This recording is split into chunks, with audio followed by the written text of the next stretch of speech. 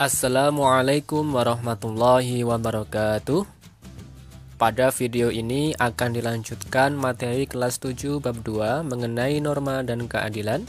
Ini adalah video ketiga membahas submateri ketiga, perilaku sesuai norma dalam kehidupan sehari-hari. Sebelumnya sudah kita bahas mengenai macam-macam norma dalam masyarakat, dan juga sudah kita bahas mengenai arti penting norma dalam mewujudkan keadilan. Ini adalah submateri ketiga dari bab 2 mengenai norma dan keadilan. Sebelum kita ke materi, mari kita lihat dulu kompetensi dasar. Ada 4 KD, silahkan bisa dibaca sendiri. Setelah mengikuti pembelajaran kali ini, diharapkan kalian bisa menunjukkan perilaku sesuai norma. Kemudian kalian juga bisa menganalisis pentingnya norma hukum dalam kehidupan bermasyarakat, berbangsa, dan bernegara. Itulah tadi indikator pencapaian kompetensi, dan ini adalah kompetensi dasar dari materi kita kali ini. Baik, kita langsung ke materi. Manusia sebagai makhluk sosial hidup dan berada di tengah-tengah masyarakat sekaligus menjadi warga dan anggota masyarakat yang bersangkutan. Sudah merupakan kelaziman bahwa dalam suatu masyarakat ada norma dan aturan yang berlaku. Norma dan aturan tersebut wajib ditaati oleh semua anggota masyarakat.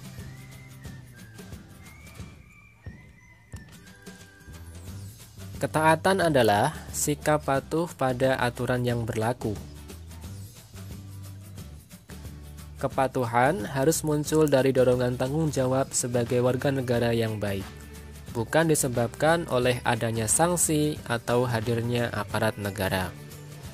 Sikap taat akan muncul pertama kali dalam diri sendiri apabila sudah menjadi kebiasaan. Dimanapun berada, tentunya akan selalu menaati norma yang berlaku. Seharusnya kita taat pada aturan, taat pada norma, memang karena itu adalah tanggung jawab kita.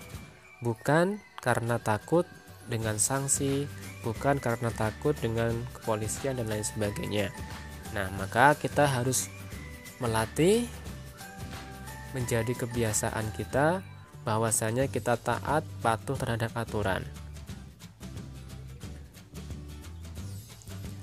Nah, munculnya kesadaran diri untuk patuh pada norma-norma dalam kehidupan bermasyarakat itu harus kita biasakan sejak dini. Oleh karena itu, alangkah baiknya jika kalian membina sikap dan budaya. Yang pertama adalah budaya malu, yaitu sikap malu apabila melanggar aturan. Misalnya, malu jika datang terlambat hadir di sekolah. Kemudian yang kedua, budayakan tertib, yaitu membiasakan bersikap tertib dimanapun kalian berada. Misalnya, mengikuti antrian sesuai dengan nomor antrian, tidak menyerobot antrian. Itulah tertib namanya.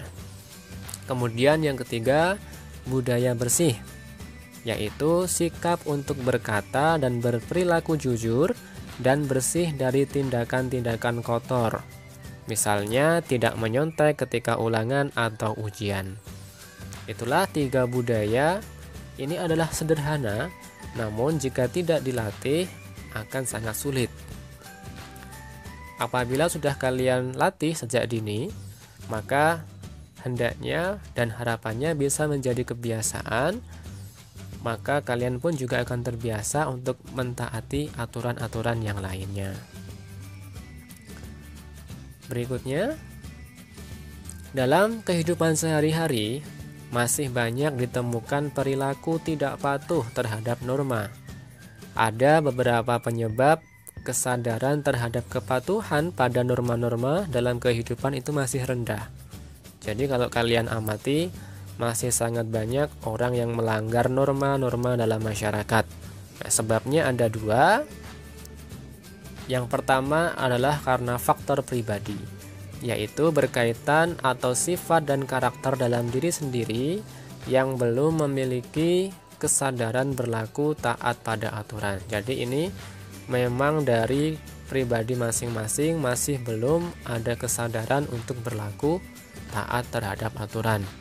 Yang kedua, faktor lingkungan, yaitu pengaruh lingkungan kehidupan baik keluarga maupun masyarakat yang belum memberikan daya dukung terhadap pembentukan watak patuh pada aturan.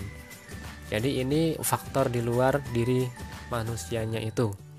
Misalnya karena kurangnya perhatian dari orang tua, pergaulan dengan teman sebaya yang tingkah lakunya kurang baik, atau tinggal di lingkungan yang kurang teratur dan kumuh. Nah, makanya diusahakan kalian mencari lingkungan yang mendukung kalian untuk tertib pada aturan. Jika memang pergaulannya itu tidak baik, maka jangan sampai kalian ikut-ikutan. Cari lingkungan yang baik. Berikutnya, dalam kehidupan di masyarakat, penetapan norma ada yang ditentukan oleh ketua adat atau tokoh yang berpengaruh dalam masyarakat itu.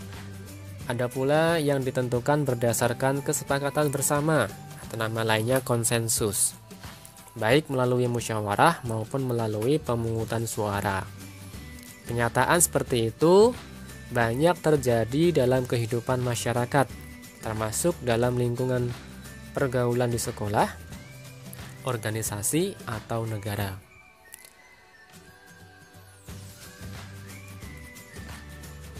Suatu norma dalam masyarakat untuk menjadi aturan yang nyata berlaku perlu melalui proses sosialisasi.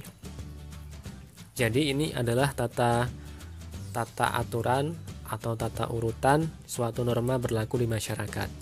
Pertama, aturan harus diketahui oleh anggota masyarakat melalui pemberitahuan di media massa, penyuluhan, atau penyebaran informasi.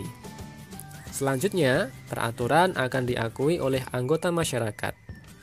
Artinya, masyarakat akan merasa memiliki aturan tersebut dan terikat oleh aturan. Tahap berikutnya, aturan akan dihargai oleh masyarakat.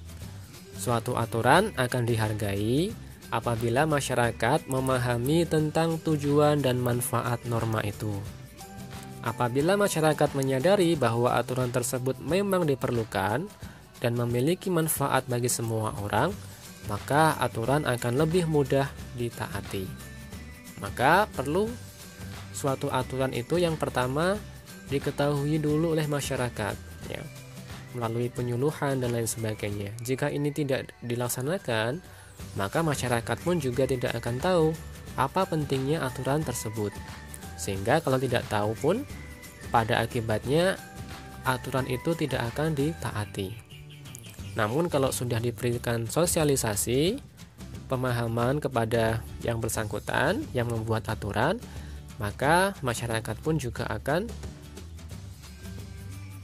merasa memiliki aturan tersebut dan terikat oleh aturan. Itulah proses menjadi aturan.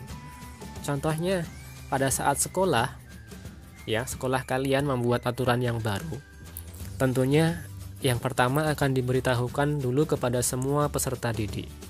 Hal itu dapat dilakukan oleh guru saat upacara bendera, atau dipajang di papan informasi, atau juga bisa melalui surat edaran. Setelah itu, kalian mengakui bahwa aturan tersebut mengikat seluruh peserta didik dan menyepakati aturan tersebut. Apabila aturan yang dibuat memiliki tujuan dan manfaat yang besar bagi diri sendiri dan orang lain, kalian akan menghargai aturan tersebut.